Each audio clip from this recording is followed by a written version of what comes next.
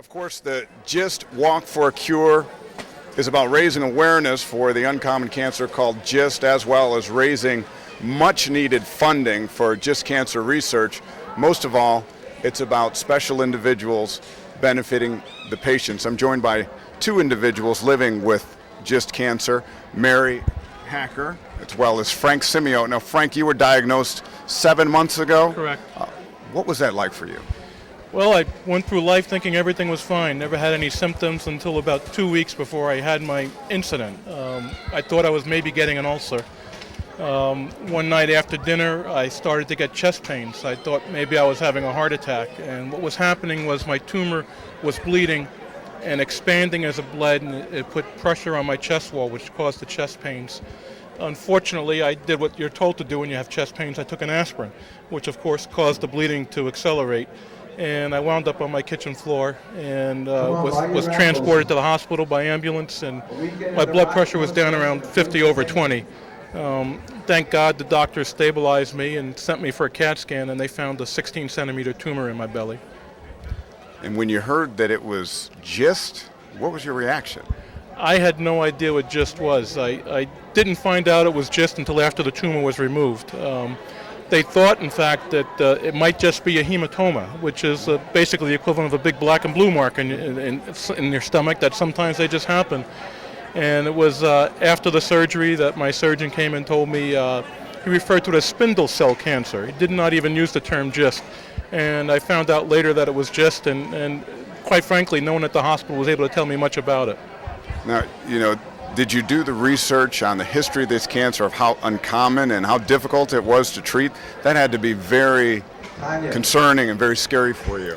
It was very scary. I was very fortunate in that I had a full resection of the cancer. So they were able to get it out with clean margins. They removed about 60% of my stomach and a small piece of my liver, but they got 100% of the cancer, and that was the good news. The bad news is it was a very large tumor, but with a very low mitotic rate. So, with the grace of God, surgery is potentially curative, although I am on Gleevec right now, adjuvant therapy, as I call it, for post-surgical therapy, and, living my life as full as I possibly can.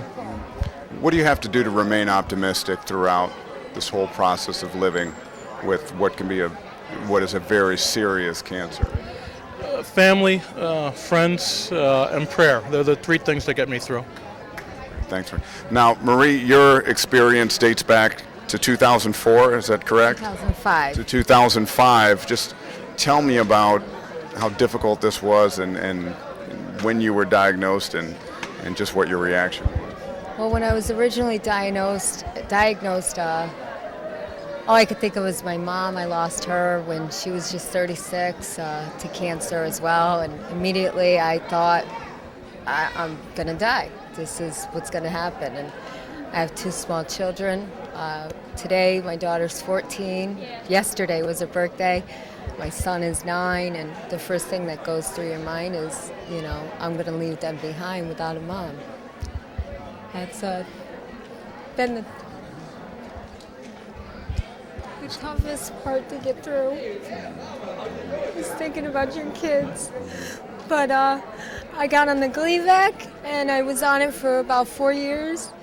And I was doing really good, and then it's just this roller coaster, because you get on it and you do really good, and then all of a sudden it just stops working.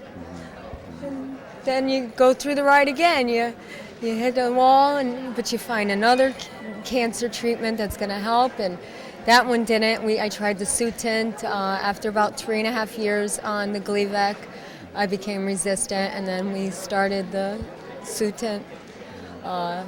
But the tumors kept growing.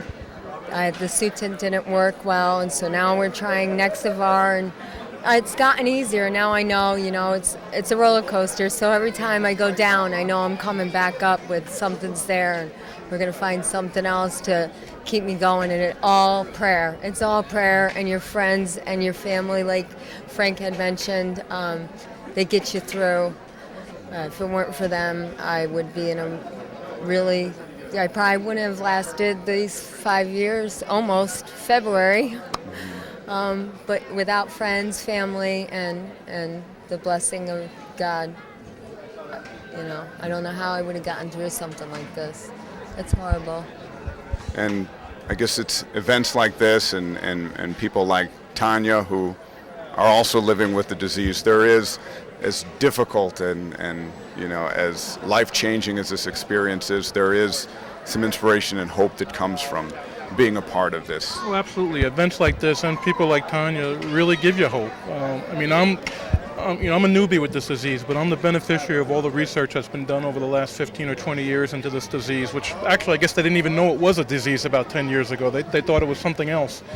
So I've been a great beneficiary of it, as have you. And all we do is hope for the next step and the next medication to get us through. And for you? And Tanya, well, I stumbled upon her. I just was looking to get the GIST bracelets, and I stumbled upon a wonderful person that it's amazing the situations that come around that bring you to meet such people that will stay in your heart for ever. She's a member of the family, I feel now. And this is my first year at the walk, and I met so many people at the dinner last night. You find out, you hear their stories.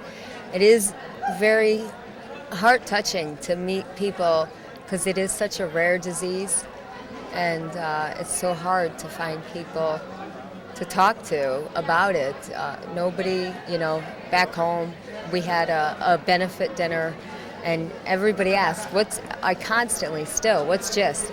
I was in the hospital, just got out Monday with pneumonia, and the local doctors, like, what kind of cancer? Nurses, can you tell me about? There's curious, and nobody knows about GIST, and it felt really good to be in a room full of people that knew exactly what it is and what we're all going through together. And I can't wait to come back next year. Great. Well, thank you, Marie, and thank you, Frank, for sharing your stories. Very inspirational, and welcome to the event. Thank you. Thank you very much.